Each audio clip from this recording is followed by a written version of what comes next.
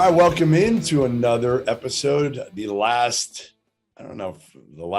hurrah to some degree. Maybe ever. I might quit. Ever? Is this true? Are you contract negotiations here with Dawson? Yeah, I'm not happy with management. I got slighted at the Final Four. I wasn't invited to work on the last show. So I don't know. Maybe this is the last episode ever. We felt like you had worked enough in the 3-on-3 that you would be burnt out by the end of it. And there's no way you come by on Monday. Honestly, I don't think I couldn't have talked. My voice was destroyed from 3 straight days of 12 hours of being on TV. So that's probably, you guys made a wise play, but I don't know. We'll see.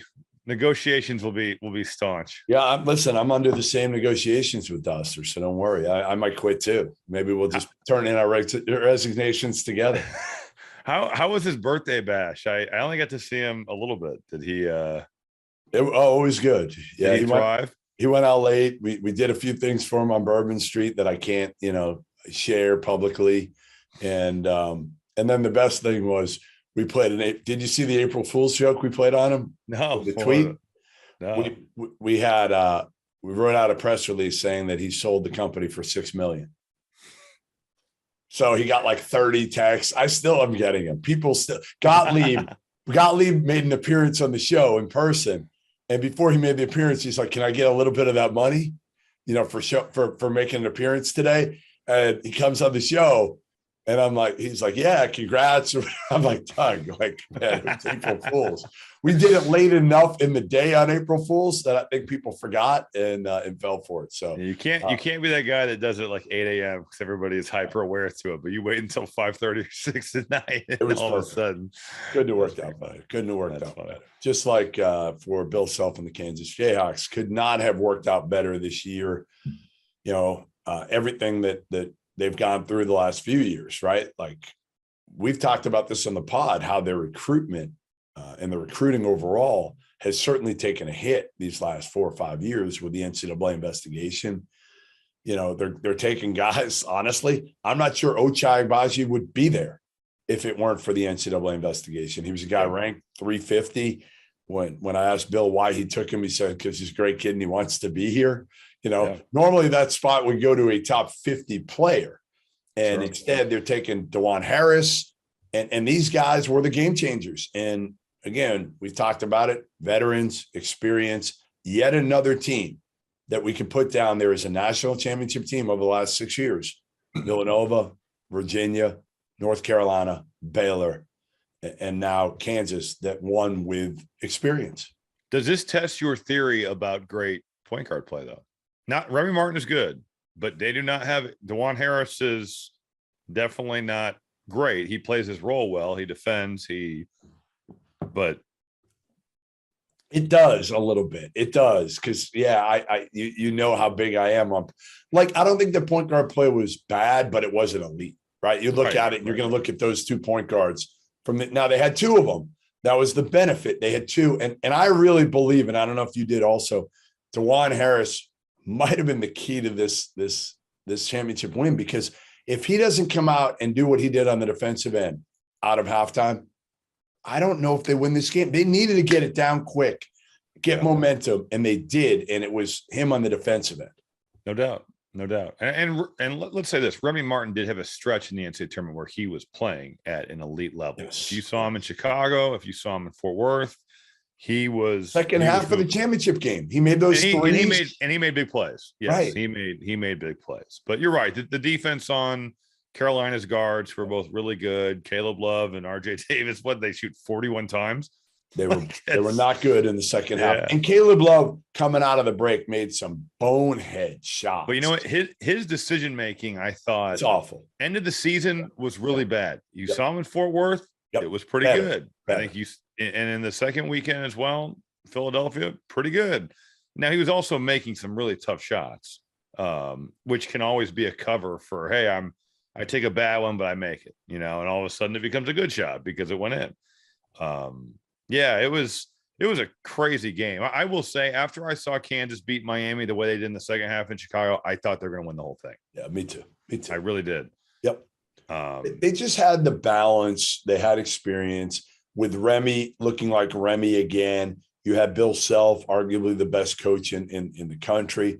There wasn't any, once they got Remy back, we've said it all year, Gonzaga had the fewest weaknesses. I think Kansas probably had the fewest weaknesses once they got Remy back. And then David McCormick got his kind of and he looked healthy this week. No, agreed. But right? He's got to be the most up and down good player that I've ever seen. I mean, he's third team all Big 12 this year. He got off to a terrible start. He finished conference play pretty strong. There in Chicago, I mean, he was really bad in the game against Providence. Really and he bad. Looked hurt, didn't he? When you were watching him run, Rob, aren't you saying to yourself, like, he looks hurt? He doesn't look right. Agreed. But then first half against Miami continues on bad. Yep. And it's like at halftime, flip a switch, and he's good. He dominated the game against Miami in the second half. And then, at the Final Four, I'm still a little confused at how he's not the most outstanding player.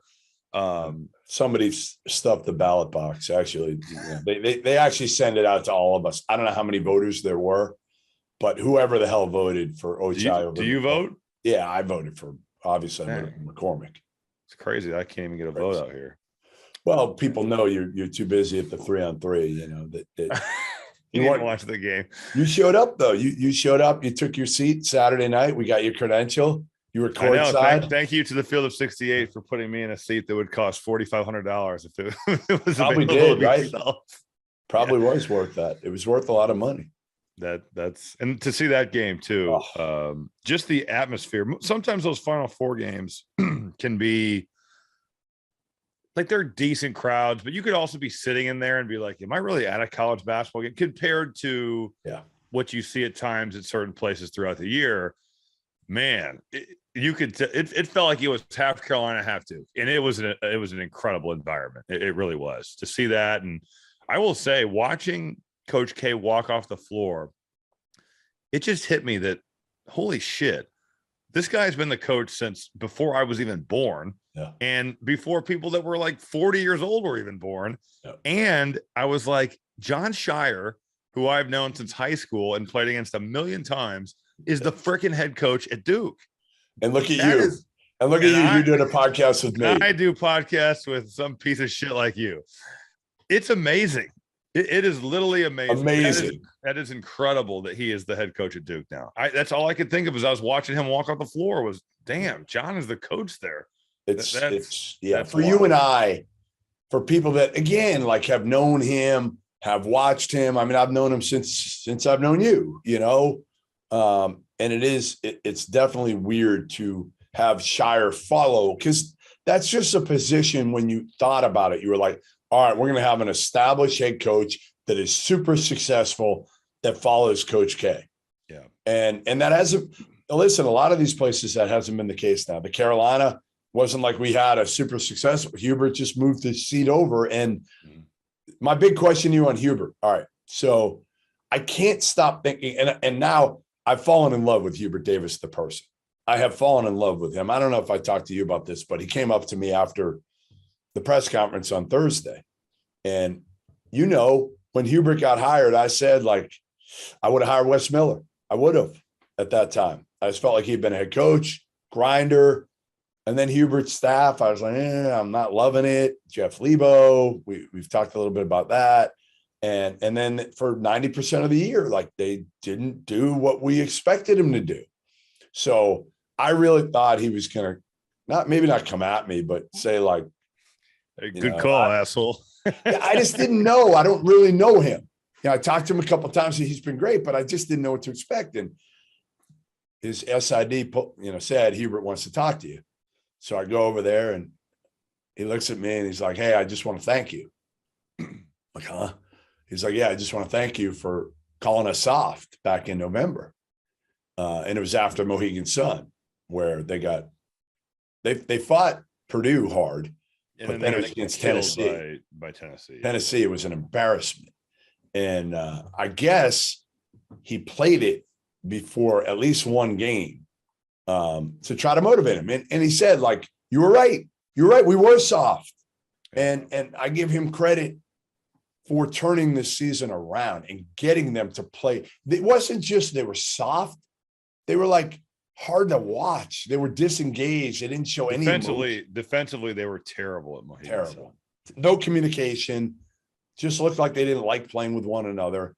And that's where I think I give Hubert Davis the most credit is that's hard to do. I know they were a new team. I know it was a new coach. I know it was a new system.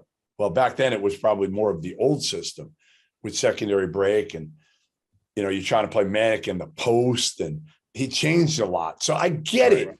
But a lot of teams, even new teams, and there are a lot of new teams this year, and there are a lot of new teams with new systems this year, but he was able to push the right buttons to get these guys going at the right time. And man, that guy is just, he is fun to listen to.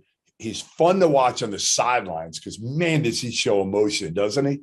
Yeah, he's like a player while coaching, which makes sense. He was a really good player. Just super positive. And he seems like, to me, from the outside looking in, and we had him in Fort Worth, I would say he cares about his players at the highest level. And not that other coaches don't, but I think you can really tell that those kids love playing for Hubert Davis. I've never heard a bad word about it. I mean, everybody that I've talked to, whether it's, former colleagues at ESPN or agents or other coaches, no one has a bad word to say about him. And then you deal with him and you like, we interviewed him in Fort Worth and he's just great.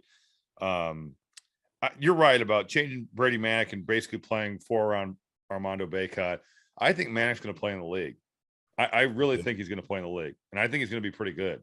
He's 6'9" or 6'10". He can shoot it at a clip at the NBA level and quick release at 40+%. I have no doubt. Defensively, he's not amazing, but I don't think he's a decent athlete for his size too. Maybe he doesn't look the part there. Grant Williams. I'll give you this, Rob. Grant Williams, totally different players, but Grant Williams has made it in the league and he's actually become a good shooter.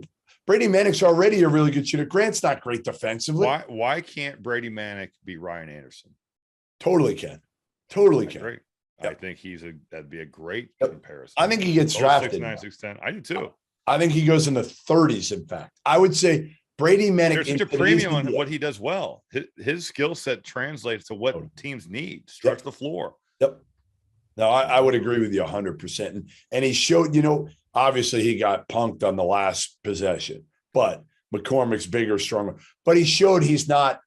At least he's not soft. Because the play was for him throwing it over the top. It was the Brad Stevens deal where they throw it to their side.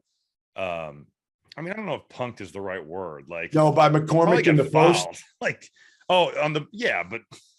that's what I'm saying. He got punked there. Like, you're not going to Brady Manic on David McCormick deep. No, I mean he had deep position. You need Bacot there, and we need to talk about Bacot as well. That dude is a warrior. And he's just the way he's played all year and probably not he should have been ACC player of the year. There's no doubt about that.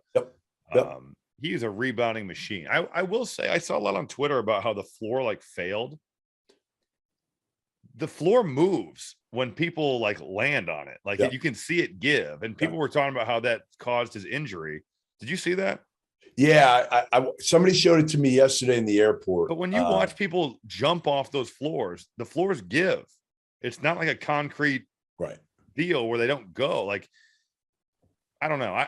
I just thought that's kind of the norm for when you take a hard step on a floor like that. It's raised But does it give?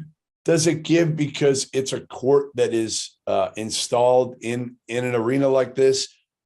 Is it just those, or is it every NBA arena where they have an event floor for concerts, and then they lay a court on top? The floor is going to do that. Even on floors that aren't like that, you can see when guys jump, the floor gives like that. It's not unusual to see that. Because it became a huge deal, and I'm really? I don't think that's why he sprained his ankle. I really don't. I think that happens on every floor at that level. Obviously, he already had an injury. Right. But from watching him play, he is a joy to watch rebound because he pursues the ball and also a joy to talk to because that dude is about as honest Like, to me, part of the fun of this year as opposed to last year, we didn't get a chance to interact in person. No access to the players, right? Right. And Scott Drew talks about that all the time. Like that's one thing his players missed out on, that experience, right? The atmosphere of the media, of being able to walk around Indy last year. Not that, again, you didn't see a lot of players. Well, that's half the most fun thing about it is, like, think about we were watching as we left the stadium on Saturday night, all those buses coming by, and there's people everywhere. And just to see that is amazing. I mean, there's 80,000 people in that place, and you miss out on that last year with Baylor for sure. I mean, even last 2 nights ago now. Yeah, 2 nights ago. Feels like last night. Damn. I'm on Bourbon Street, and somebody said, yeah, like, I'm not going to say who it was, but Kansas player just going into that bar and drinking and having fun. Like, it was over. Like, enjoy it. Yeah, totally. Enjoy it. New Orleans, listen, as you can tell from my voice, your voice, like, New Orleans is it is a great spot. It should be every 4 years. It's too good. Yes. Everything is local. You can walk. The food is amazing. If you like seafood, that place is unbelievable for that. It's a fun time. The casino's right there. It's a good place to have the final, and it's warm. It's 80 degrees. Minneapolis is a good city. If it's 10 degrees or 30 degrees, I don't want to be there. No, I agree. Indianapolis should be like the Mason-Dixon lineup. You cannot go north of Indianapolis. Here are my four. You don't need to have it any other city than these four: New Orleans, Indy, San Antonio, Las Vegas. Rotate it, those four every 4. That's it. See, I don't hate Phoenix, but I do think the drive to these stadiums sucks. Right. It's too spread out. The city is good. But the problem, Rob, the problem is you can't walk. You got to drive. The downtown area, too many people are in Scottsdale, some in downtown. Then you got to go out to the arena. It's too spread out. But I do like the weather aspect of Phoenix. Sure. But the weather aspect's good in San Antonio, Vegas, and New Orleans. No, I agree. And Vegas, it's going to be in Vegas at some point. Yeah, they got a region. They got a regional next year, right? They do, and I was talking to Dan Gavitt about that, and it was interesting. He said basically they didn't want to do the first and second round the first time in Vegas because of all the potential, the gambling aspect, right? First and second round. Well, you're just coming out the conference tournaments. I think it was smarter to do. There's fewer teams there. You could gamble on. I know, but you got the players there, and if you have the more players that are there, and with gambling right there, the more opportunity there is to get to those players. I think that's what he was hinting at. There's opportunities to get to the players. I know, on every college campus. I know. You're right. I understand what you're saying, but I think that with the way it is today, the risk of being in Vegas is minimal compared to you can do it anywhere. Right. You could be in Boston. You could be in Boston and or New York City or wherever your college campus is. I will say, going back to Kansas really quick. Yeah. The kids that they have on that team, they have great kids to interview and to talk to and deal with. Like Ochai Agbaji is as good as any kid as you're going to ever talk to in this whole deal. He's like the nicest kid in the world, isn't he? No, he's amazing. He's a great interview. He's smart. You can tell he loves being at Kansas. David McCormick, we interviewed him after the Chicago game. He was great. Christian Brown. Yeah, they have a really good Christian Brown's got some shit to him, doesn't he? No, he talks more trash. He might talk more trash than anybody on the team. No, he does. It's not even close. I know. Yeah. Not even close. I think Harris is great. Lightfoot's awesome to talk to. Jalen Wilson was good. We interviewed him. They're all good. Their whole team is a good interview, and that's definitely not the case with everybody that you see. Right. No question. Coach K, I don't know if you had a chance. Did you watch the post game with him at all after? No, we were walking back, so I didn't see it. So he didn't really go anywhere with. I was the first one to ask him a question, and I asked him, "What were your emotions like walking up?" Hold on. Was your line of questioning better this time than it was in Durham? What was my Durham one? You said you asked like a double question, and like it was. Yeah. Yeah. This one was very simple, to the point. And it was basically, Mike, what were your emotions like walking off the court? And he wouldn't go there. He said, this isn't about me. It's all about my players, which is fine. I get it. But we want to know, and the world wants it. It wasn't all about the players. It was about you. It was about overall. So give us something. And he really didn't go there at all. He had probably already poured out some emotions in the locker room and then with his family before he walked down to media and try to get it all out of his system there. And he was trying to do the right thing, right? My players are the ones who lost the game. They're young.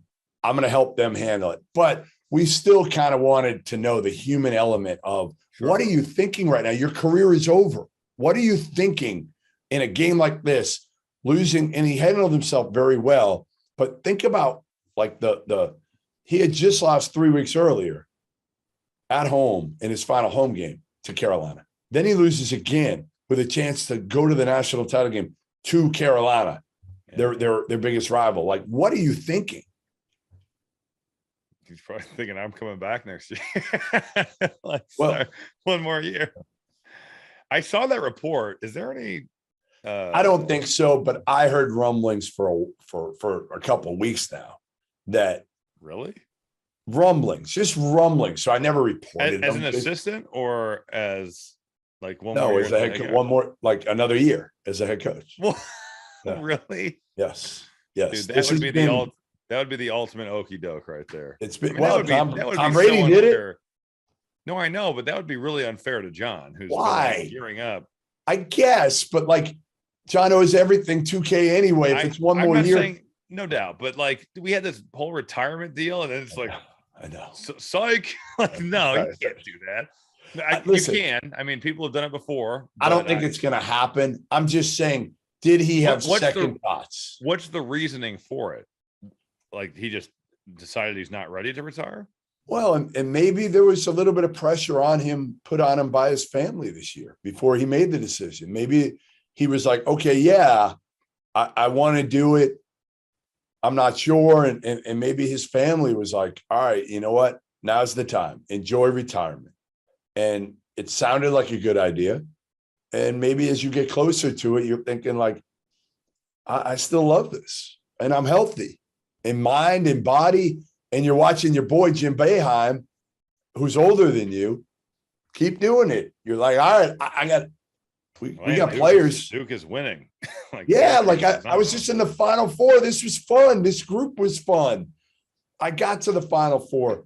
Again, I don't think he's coming back, but I'm sure it's not an easy decision because all these guys, the reason when they go, almost all of them, is, okay, either you get fired, right, as a head coach, you get fired, or health. Like Jim Calhoun, I still believe would still be coaching today as a head coach at UConn if health didn't interfere, right? Right. Remember, he had health issues. He had to step away. Then Kevin Ollie takes over, and that was it at that point. You know, Boeheim's still healthy. Lute Olson, the only reason he stopped was because of health. I feel like that's the case, and Kay looks pretty damn good to me. Yeah. Are you surprised that Duke did not retain Nolan Smith? I know his dad played at Louisville. Okay, right, but Duke has money. They do, but they're not. Yeah, I think from what I was told, just because he was the lead recruiter on all those kids that are coming next year, right? I don't know if that's the case. I don't think he was a lead recruiter, but I think he was involved. He's only been there on the road for I think a little over a year now. He was Dobo before. Yeah. Okay. Yeah. So he was on the road a little bit because Kay didn't go out. So like 2 summers ago or 3 summers ago, he was out. And I think the world of Nolan. I think he's going to be a star. Yeah. But I also just thought that him and John were super good friends. And they are.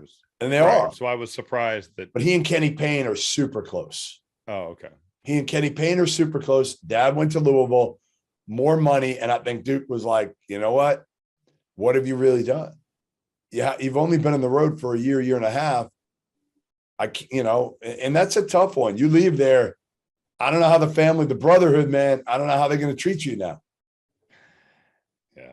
I mean, if the opportunity is better at a different place, how can you blame a guy?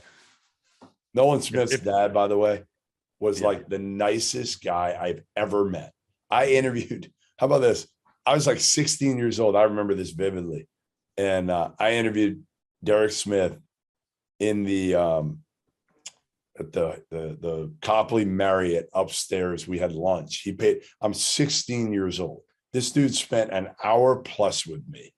I mean, I'm telling you, the nicest dude ever. He died when he was young of I think a heart attack when he was, I want to say like 40 years old or thereabouts. But man, and the apple doesn't fall far from the tree because Nolan is awesome. And I think he is going to be a star. And if I'm John Calipari, I'm a little bit worried now because, and I think Kenny Payne's going to hire Milt Wagner in some capacity. And oh, by the way, Milt Wagner is the grandfather of the #1 player in the country right now. Yeah, right. So I think that might make it a little bit difficult for John Calipari to get DJ Wagner to Lexington, which everybody thought was going to happen a year from now. Now, I would assume if that happens, he'll go play for his grandfather at Louisville. Sure.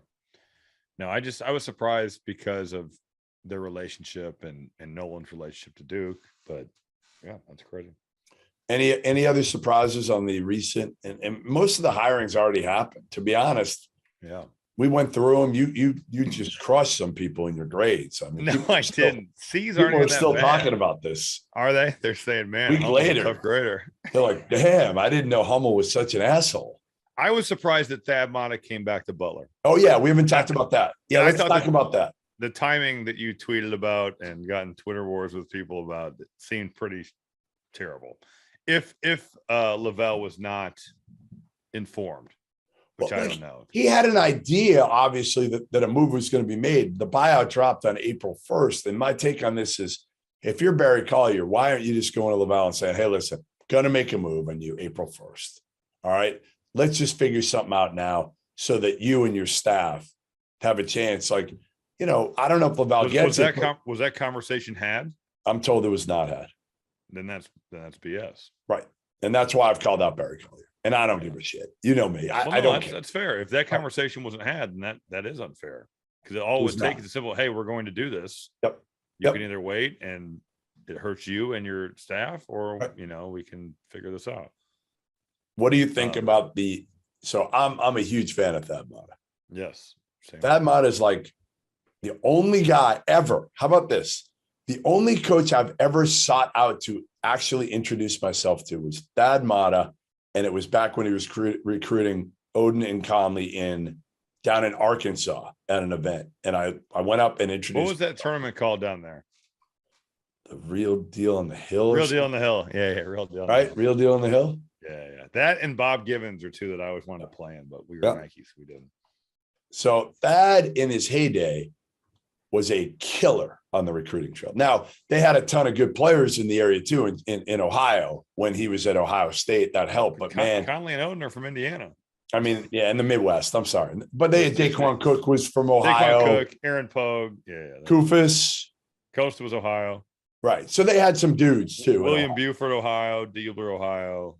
Who was the big dude? The 7-footer. BJ Mullins. Yeah. Yep. They had some guys. I came off a screen in a game.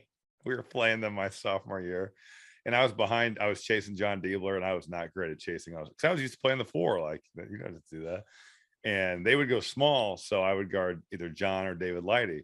I'm chasing Diebler, and I was late, and I was like, you know what? I'm just gonna run into BJ as hard as I can, and I do, and they give us a moving screen offensive foul, and BJ Mullins looks at me and goes, if you ever do that again, I will effing kill you. I was like, okay, that is a little intense. Settle down, BJ. Yeah, Settle down. What I always, whenever I think of BJ Mullins, that's what I think of him saying to me. An absolute no. All I'm saying is, so Thad, not old Thad, because young Thad was a killer, and nobody wanted to see him on the recruiting trail. But at the end of it, remember, he had surgery. He had back surgery. It resulted in drop foot. Yeah, and he just didn't have anything left in him. I saw him. Indiana played at Minnesota, and we did the game, and he looked great. He does. Yes. Yes. I remember seeing him. You remember we saw him last year at Hinkle. I took the picture of him. How prophetic. Right. Pretty much. Think about that. Yeah. But here's the deal with the Butler job. He lives like across the street. Like it's really? Right down the street from Butler. One of his kids went to Butler. I think definitely one daughter went to Butler. And, you know, he spent this year like not working at Indiana for Woodson. But what I was told was his opinion wasn't valued that much. He was making good money. When we were there, he was kind of sitting in the corner taking notes. But I don't think he had a lot of input from Woodson. So I'm sure for him, he felt like, all right, this is the time. If I don't do it now, this job fits me. Butler. Right. You know, Butler, like Notre Dame, were the two that I thought maybe he would come back for, and that was about it. He's been caught every year. I mean, could have had Georgia, could have had San Diego. Like, listen, the guy's a hell of a coach. San Diego would be a tough one to turn down. I know. I couldn't believe he did, honestly. To live out there. It's like $1 million a year at San Diego. That was the one a few years ago that I was surprised he didn't take, because he loves the big. I guess it would be kind of out of his recruiting footprint, though. Yeah, no doubt. No, this one's perfect for him. He'll probably bring the band back together. He's bringing in Kevin Kuick, who worked for him at Ohio State. I wouldn't be surprised if Dave Dickerson, who's the head coach at USC Upstate and recently lost his wife, if he rejoins him at Butler. But listen, I'm all about rooting for Thad. I just wonder if he's got enough left in the tank to want. That's not an easy job in the Big East with the commitment that you hear about from the school compared to what other Big East schools are. Yeah, there's a reason why Barry Collier waited till the buyout dropped, because financially that school doesn't have what Xavier has or what Villanova has or some of these other schools. But again, the beauty for Thad now is you can do it a lot through the portal. And I think that was the hardest part for him, was the flying, the grind of recruiting at the end. Right. Now, again, he says he's healthier. He looks great. He does. You know, so I like the hire. I thought the way they might go about it, and it would have been hard for Barry Collier, but was to bring on like a Ron Norad with him, with that as the special assistant to the head coach. But think about it. Would Thad Matta be interested in being the special assistant to the head coach? Well, he was with Woodson for like $400,000 doing nothing. So at least it wouldn't pay the same, but he'd have actual input this time. No, I know, but I would think that I thought he did that with Indiana because he didn't necessarily. I don't know. I would think he would only go back to be the head coach, is what I'm saying.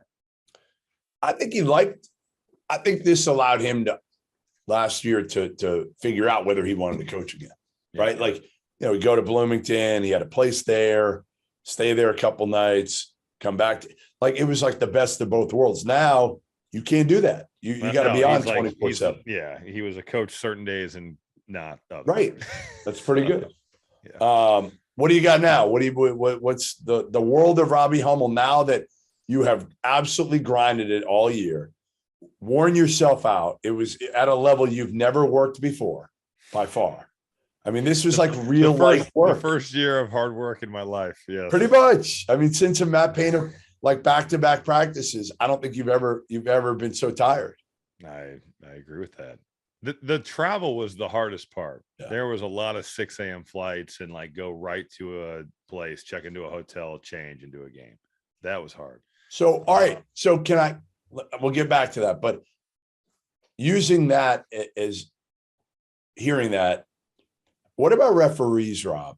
Oh, you now have a new appreciation for what they do and how, honestly, this shouldn't be the case when they go from city, because you're going, most of your travel is Midwest city to Midwest city, whether it's driving, maybe flying, but a short flight, and then getting up and doing a game, and you're not running up and down the court. Do you think something needs to be done about these officials working constantly 10 straight days, 12 straight days, even 6 straight days? Yes, but I don't know if we have a number of good officials to make it to where it's not, you know. I think that there is definitely a group of really good refs, but I think that if you start limiting some of the better guys, I don't think that we have a pool deep enough of good refs to do it. I think that already we see some refs where you're like, I mean, really? There's some guys that were reffing NCAA tournament games where I'm looking at it, I'm like, this guy has screwed up so many freaking games this year. How is he reffing this game? I know. I thought that multiple times during conference tournaments and NCAA tournament play where I'm like, I've watched this dude and I've watched him butcher games, and he's out here in good games. So I think that that's the problem. Yeah. There is a real shortfall of good officials. Yeah. They got to be trained better. Start capping it. Yeah. I don't know. I'm not saying cap it. Here's what I'm saying. I'm saying what I don't like is these refs going all over the country, zipping from Midwest to West or Midwest to South, back to West. What I would say is I understand. Keep them in a region so that they can only they got to get into a car. They can sleep in the night before. They don't have to get up at 5 o'clock in the morning to catch a flight. It's more of, hey, you sleep in, get up, drive 2 hours, and you're there. I mean, there was a good official who we were doing a game at Nebraska, and I flew out of Omaha the next morning at like 6 a.m. And he had done the game the night before, and he was on my flight, and he was flying to West Virginia. So think about it, 6 a.m. flight out of Omaha. We got into O'Hare at probably 7:15. He had a layover. He has to fly to Pittsburgh. Yep. So that probably puts him there around 9 plus the layover. Now you have an hour and 15-minute drive to Morgantown. So I guess he could take a nap and whatnot, but still, that's not an easy. It's not like he's flying to Chicago to do a game at Northwestern, And that's my point. That's my point is why can't we give that West Virginia game to somebody who was in Pittsburgh the previous night? Yeah, no, that's what I would say. And that's where we need something to be done. So, all right. So what do you have going on now? You're going to go to the beach in California. You're just going to hang out, right? I'll go to LA, play some golf, go to the beach, figure out, I'm not sure what, the 2K thing, maybe Summer League, maybe TBT, maybe. So I don't know. Your 3-on-3 career, is it back? No, I'm gonna play, not on the national team stuff, but I'm gonna play. I'm playing basketball tonight. First time, and there's a great run about a mile from my house. And on any given night, you could have 3 or 4 NBA guys playing. It's a little community center and like it's on the edge of Lincoln Park or Lakeview, maybe it's even like Bucktown. But it's less than a mile from where I live, and it's a high school court, but you could have Sean Marion out there. You could have Brian Bracey out there. There's a lot of guys that played at Princeton, Dayton. I mean, like Luke Fabrizius plays from Dayton. So you're just trying to get back in shape now. Yeah. I've actually been really good about working out the last 2 weeks. I'm back. You're back. Oh, no. We never did our vertical test. The only time we could have done you were too drunk. You were too drunk the whole time. I was trying to do it, but at the Intersport party. We should have done it at the Intersport party. Who can touch the ceiling? That'd have been great. People would have been watching us as we're using our. What is the matter with these guys? Right, these idiots. Did you bowl at the Intersport party? No, I heard you did, but then you denied it. I didn't bowl. I was sitting in a lane talking to my partner from 3x3U, but no, I wasn't. Why didn't you bowl? I don't know. I didn't want to. Farnham usually bowls. I don't know if he did, but yeah, I've seen Farnham bowl at the ESPN. Right. Is he Crystal Bees. Is he bad? Good. No, he's good. He's a good bowler.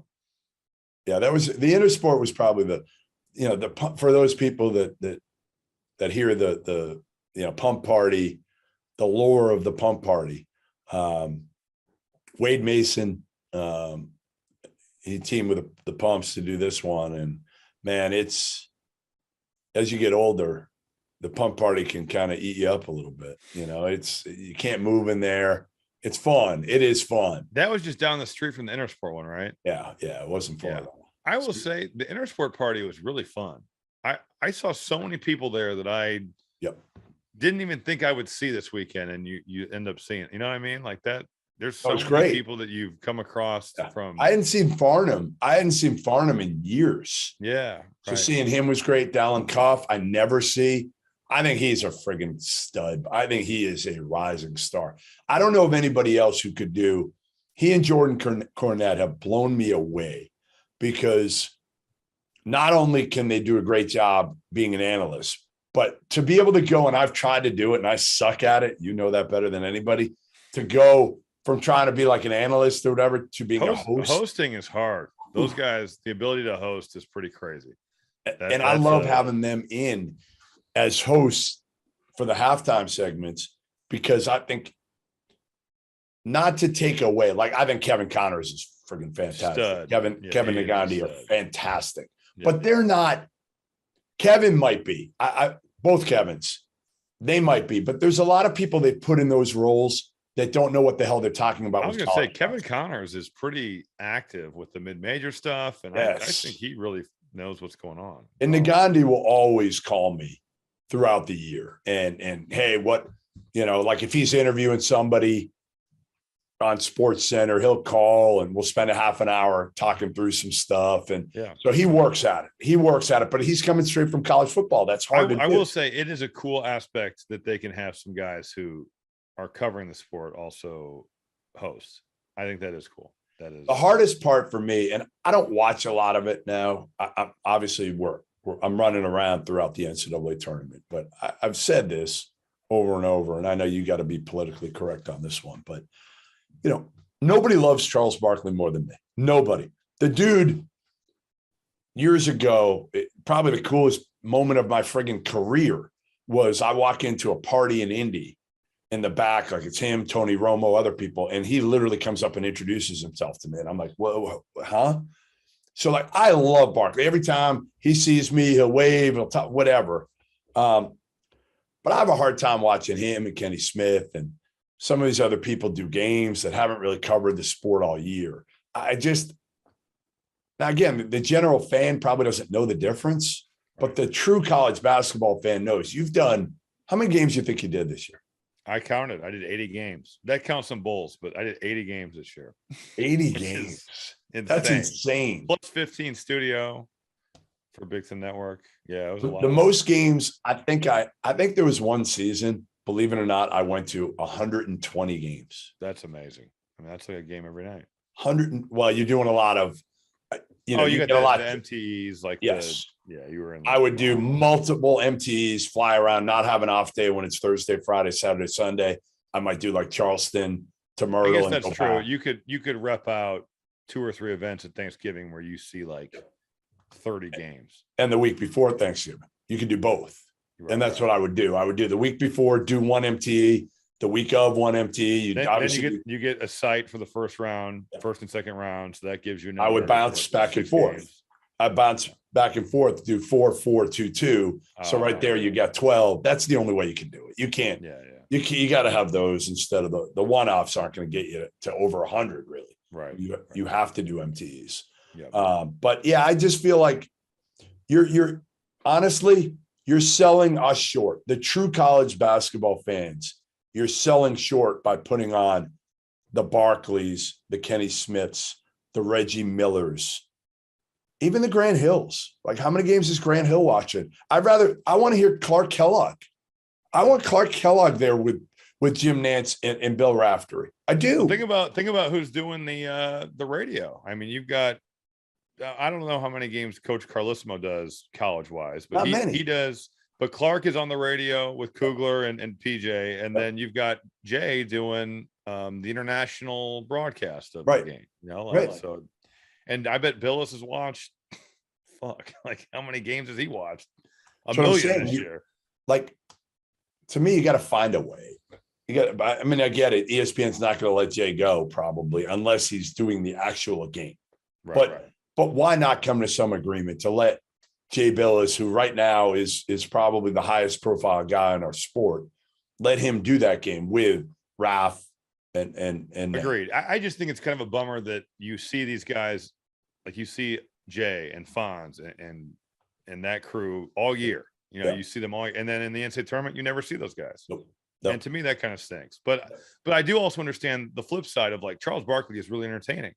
And him, he's the best. No, I know. Now, I don't think you're not tuning in to listen to him give you a breakdown of why, why has Kansas been able to make this run after they looked like maybe they wouldn't. He's not going to tell you that. Nope. He'll make you laugh. He'll make fun of Kenny Smith when North Carolina is about to lose. Yes. And some of that is well worth it.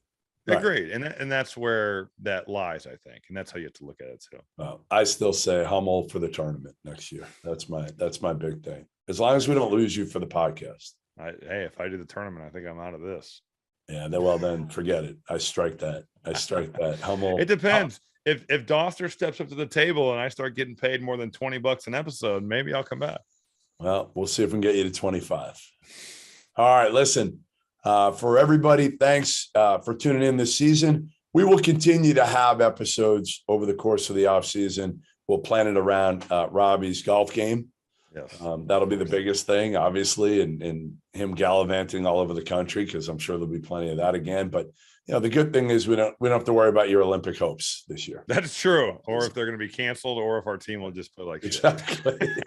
Pretty much. Now it's playing pickup in Chicago. That's all we got to worry about. Your golf game and playing pickup in Chicago. Let's hope I make a triumphant return tonight. We'll see. And if anybody's got any suggestions, anybody wants to hear from certain coaches in the offseason or has ideas for us to bring on people, definitely let us know. But again, thanks for joining us. Goodman and Hummel podcast. It's been a fun ride this year, Rob. I appreciate everything that you've been able to do, and it's cool. It's still cool for me because, again, listen, we've known each other a long time. It's like 05. Yeah, that's a long time ago now. But when I didn't have gray hair, so getting old. No, it's been fun. I enjoy it. So all right. Well, listen, we'll be back. We will be back. We're not going anywhere. I'm not going to cry. I promise. We'll see you soon.